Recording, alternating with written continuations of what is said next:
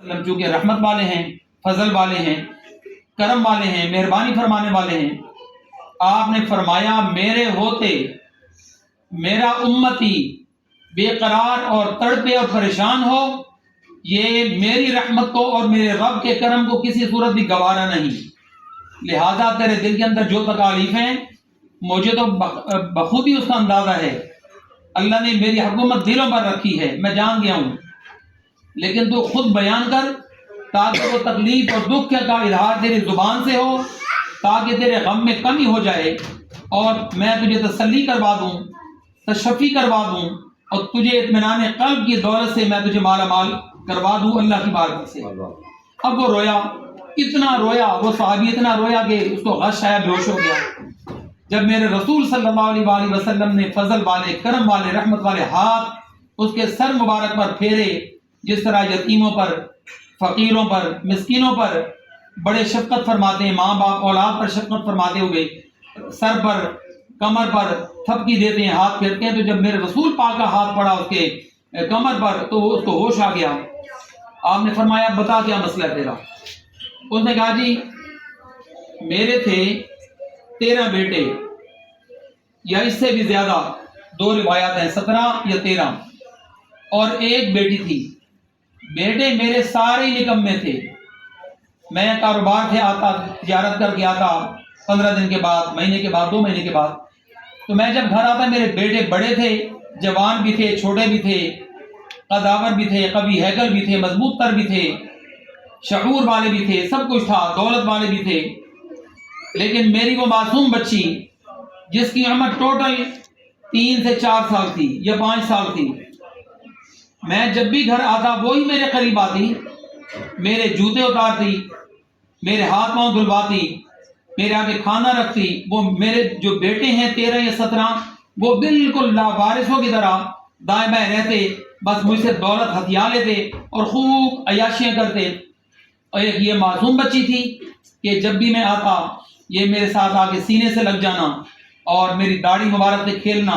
میرے کپڑے دھو لانا، یعنی گھر کا سارا میرا کام اس 3 سالہ، 4 سالہ، 5 سالہ بچی نے سنبھالا ہوا تھا۔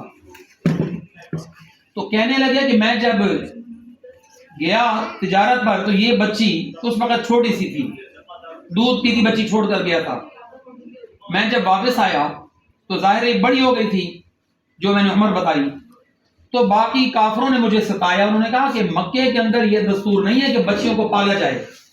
بچیوں کا کوئی حق نہیں جینے کا، نعوذ باللہ من ذالک۔ اے میری بہنوں، بیٹیوں اور جو مائیں بیٹھی ہیں، جو بہنیں بیٹھی ہیں، غور سے سنیں، یہ سیدہ کائنات بی بی فاطمۃ الزہرا سلام اللہ علیہا کے بابا جان کا صدقہ ہے، ان کا وسیلہ ہے کہ رب کریم نے بیٹیوں کو بھی، بیٹوں کو بھی، اور خاص کر بیٹیوں کو جو عزت نصیب فرمائی۔ اب آپ دیکھیں کہ بیٹیوں کے پیدا ہونے پر ماں باپ کتنے خوش ہوتے ہیں، مٹھائیاں بانٹتے ہیں۔ اسلام سے قبل یہ حالت نہیں تھی، اور ابھی بھی کچھ جہالت پر مبنی لوگ بچیوں کی ولادت پر خوشی نہیں مناتے، نعوذ باللہ، یہ بڑا سخت گناہ ہے۔ جتنی خوشی بیٹے پر ہوتی ہے اس سے زیادہ خوشی بیٹی پر ہونی چاہیے۔ اللہ تعالیٰ سب کی بیٹیوں کو بی بی زہرا کی توجہ نصیب فرمائے اور ان کے سنتوں کے سانچے میں ڈھالے۔ اب وہ کہنے لگے یا رسول اللہ صلی اللہ علیہ وسلم، جس چیز نے مجھے بے قرار کیا اور میری رات کی نیند اڑا دی وہ یہ ہے کہ جب میں اتنے عرصے کے بعد آیا، وہ بچی میرے قریب آئی، میرے ہاتھ دھلوائے، میرا امامہ ایک سائڈ پہ رکھا اور میری لاٹھی اٹھا کر لے آئی، میرے جوتے سنبھالے، میرے آگے کھانا لا کے رکھا، اور بچی کی عمر 3، 4، 5 سال۔ تو لوگوں نے مجھے کہا کہ مکے میں بچیوں کی کوئی عزت نہیں ہوتی، نہ ان کو بچانا ہوتا ہے، بلکہ ان کو تو زندہ دفن کرنا ہوتا ہے، تو کس چکر میں اس کو ساتھ سینے سے لگائے پھرتا ہے۔ مجھے انہوں نے اکسانا شروع کیا، اتنا اکسایا کہ مجھے وہ سارا اپنی جہالت کا جو دور ہے تو وہ میرے اوپر بھی غالب آ گیا، اور میں نے اپنی بچی کو زندہ دفن کرنے کی ٹھان لی۔ اب 17 بچے اور ایک بیٹی، بیٹے بالکل پرواہ نہ کرتے، یہ بیٹی خدمت رات دن کر رہی ہے۔ تو کہنے لگے یا رسول اللہ صلی اللہ علیہ وسلم، ایک دن میں نے پکا عہد کر لیا، آج اس کو زندہ دفن کر کے چھوڑوں گا تاکہ میرا ناک معاشرے کے اندر کٹ نہ جائے، میلا نہ ہو جائے، خاک آلودہ نہ ہو جائے، نیشے نہ ہو جائے۔ تو میں معاشرے کو خوش کرنے کی خاطر اپنے اس کلچر کا خیال رکھتے ہوئے میں نے اس 5 سالہ بیٹی کو کہا کہ اے میری بیٹی، تجھے کسی خاص دعوت پر لے کے جانا ہے اور تو میرے ساتھ چل۔ تو بیٹی بڑی خوشی کے ساتھ اس نے کپڑے بدلے، غسل کیا، خوشبو لگائی، کنگھی کی۔ تو جب میں وہ بیٹی جب میرے ساتھ چلنے لگی تو اس نے کہا ابا جان میرے بھائیوں کو بھی لے چلو، کسی ایک کو تو لے چلو۔ تو کہا نہیں، وہاں بیٹوں کا کام نہیں، چکر جو دینا تھا۔ تو بیٹی کو لے کے جب جانے لگے، چند قدم کے بعد بیٹی کو وہاں باہر کھڑا کر دیا،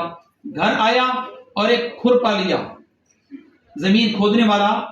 کھدار لیا اور ایک مضبوط تر رسی لی اور اس کو بغل میں چھپایا۔ لیکن اس چھوٹی معصوم 5 سال بچی کی نگاہ پڑ گئی۔ تو جب یہ چلے تو بیٹی پہلے تو بڑی خوش تھی کہ میں دعوت پہ جا رہی ہوں اور میرے بابا مجھے بڑی اعلیٰ دعوت کھلائیں گے، سیر و سیاحت ہوگی،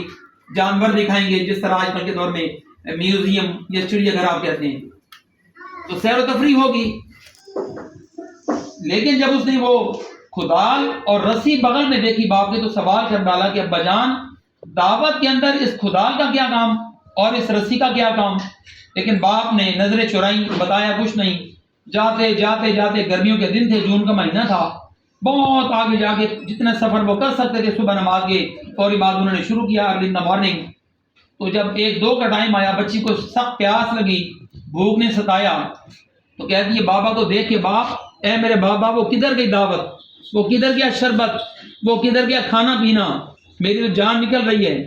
تو باپ نے اس کو تو کچھ جواب نہ دیا،